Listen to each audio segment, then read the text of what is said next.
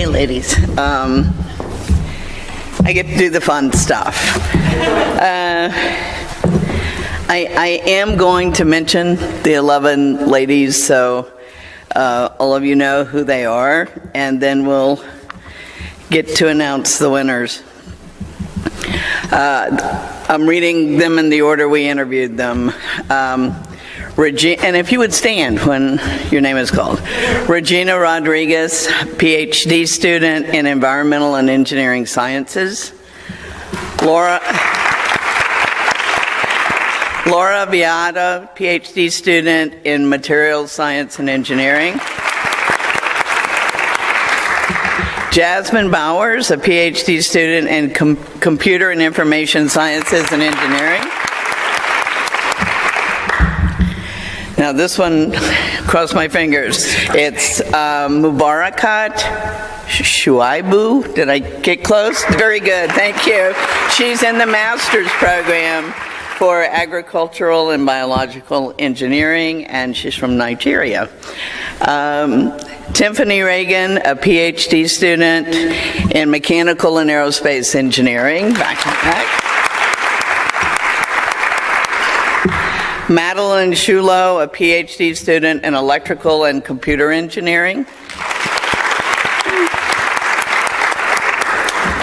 Morgan Harding, a PhD student in chemical engineering.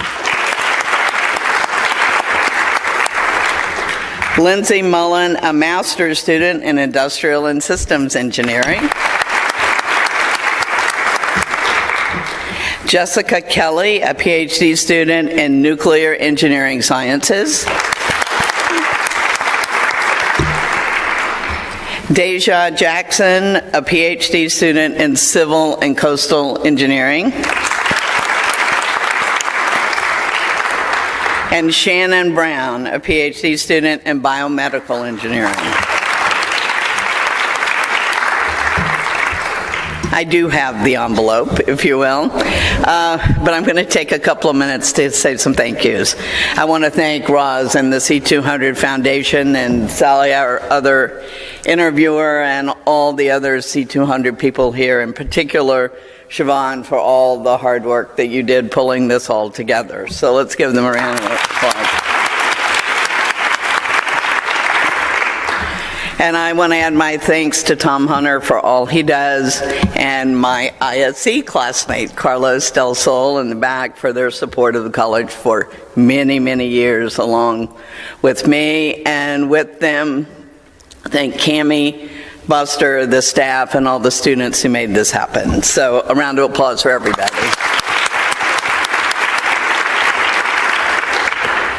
So Roz can jump in when we talk about this. We did interview all 11 candidates yesterday, and it does give me great pleasure to announce the 3 women who have been selected as the C200 Scholars. The C200 has reached more than 12,000 students and given more than $1.5 million in Scholar Awards at schools in the United States and abroad. The Scholar Award includes participation in our Scholar Network, a group of more than 90 past award winners who support and encourage each other. And they continue to have ongoing educational opportunities with C200. I'm delighted that all of the women we interviewed exceeded all of my expectations, even from my own alma mater. It was an incredible experience talking to these women. We were really blown away. So as a result, it was an extremely hard decision. So I am delighted to announce the 3 C200 scholars from the Wertheim School of Engineering. I will call your name and please stand. And if you would wait till the end, and we'll gather everybody and get photos and hand out the awards. I think that will keep us on schedule so that we wrap up in time. Our first winner is a first-generation student from Cuba with an amazing personal story, inspired by her father, Regina Rodriguez.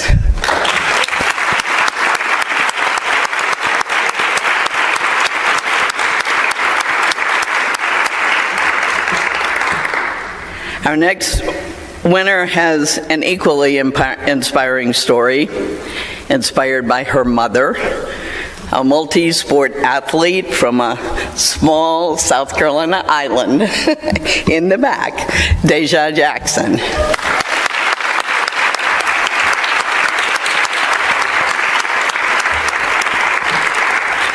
A great story about how there were two bridges to our island and one of them got damaged and they only had one bridge off the island, and how that inspired her to go in and study transportation and how you work with infrastructure and such.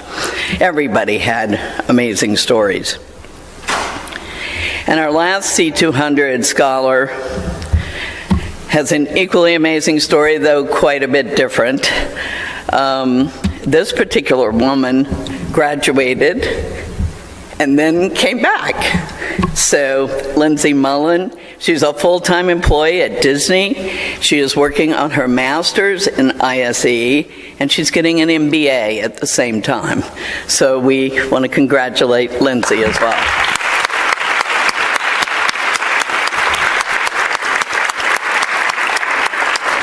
But there's a little more to this story.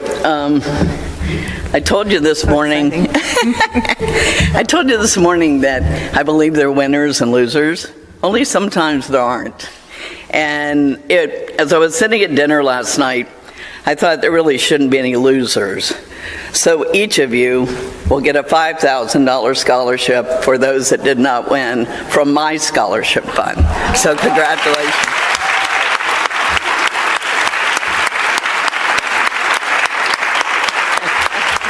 Thank you.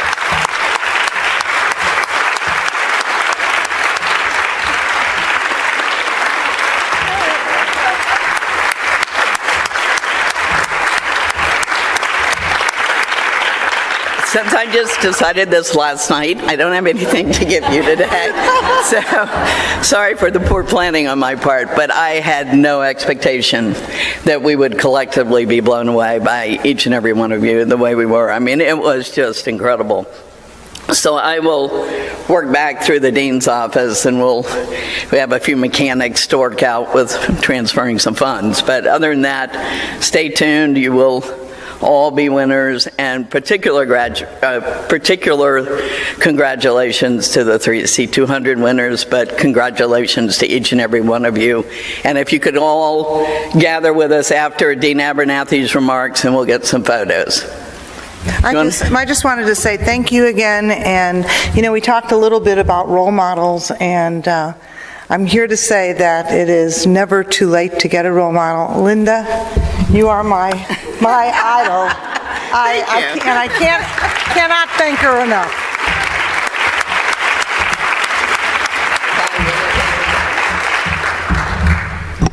It's an honor to be here, and it's even more of an honor to be on a stage with these two. Thank you all. Thank you. Dean Abernathy, I think you're the closing act. So thank you all very much.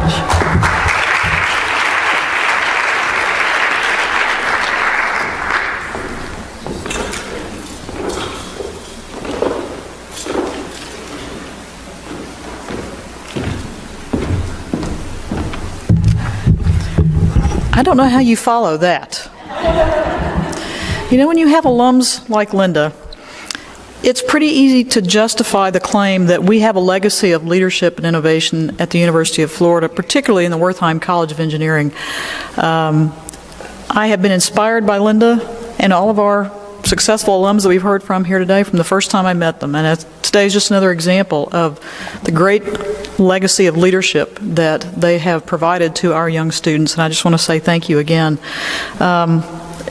It's clear that we have had this tradition of excellence in our college for some time, but I think everyone would agree that our college, and in fact our entire world, are at a critical junction.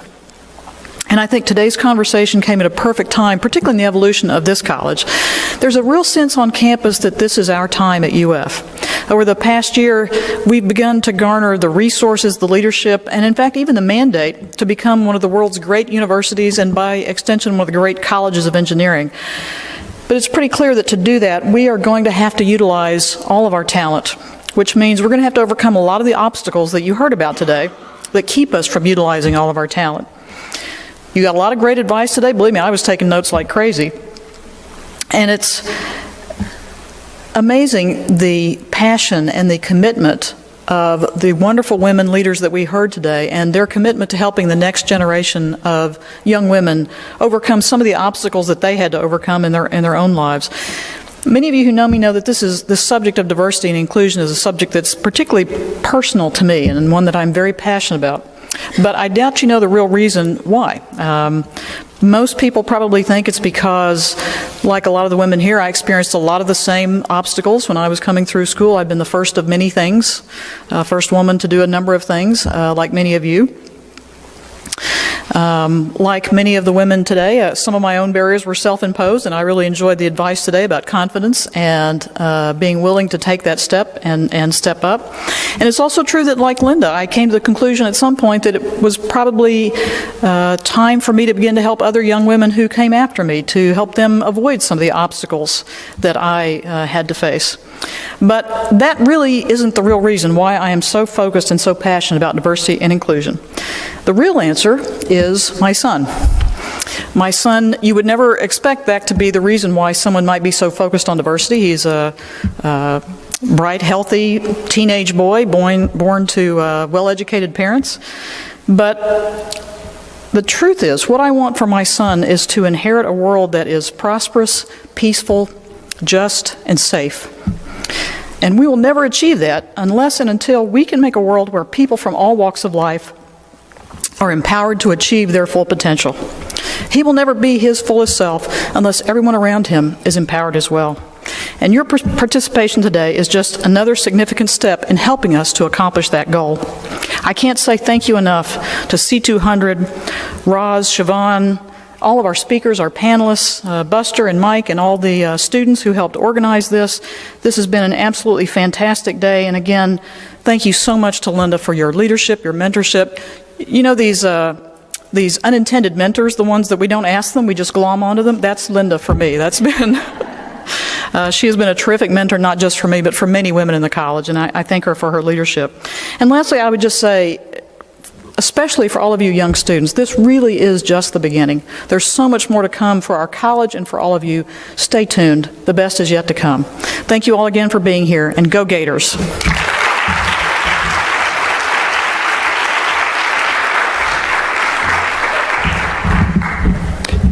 You know, I'm a pretty hardcore old infantry soldier, and Linda, you brought tears to my eyes. Thank you so much for doing that. This wraps up the formal part of the program today, so I would invite everybody to join us out in the hallway, and shortly we'll announce the winner of the Apple Watch. Thank you for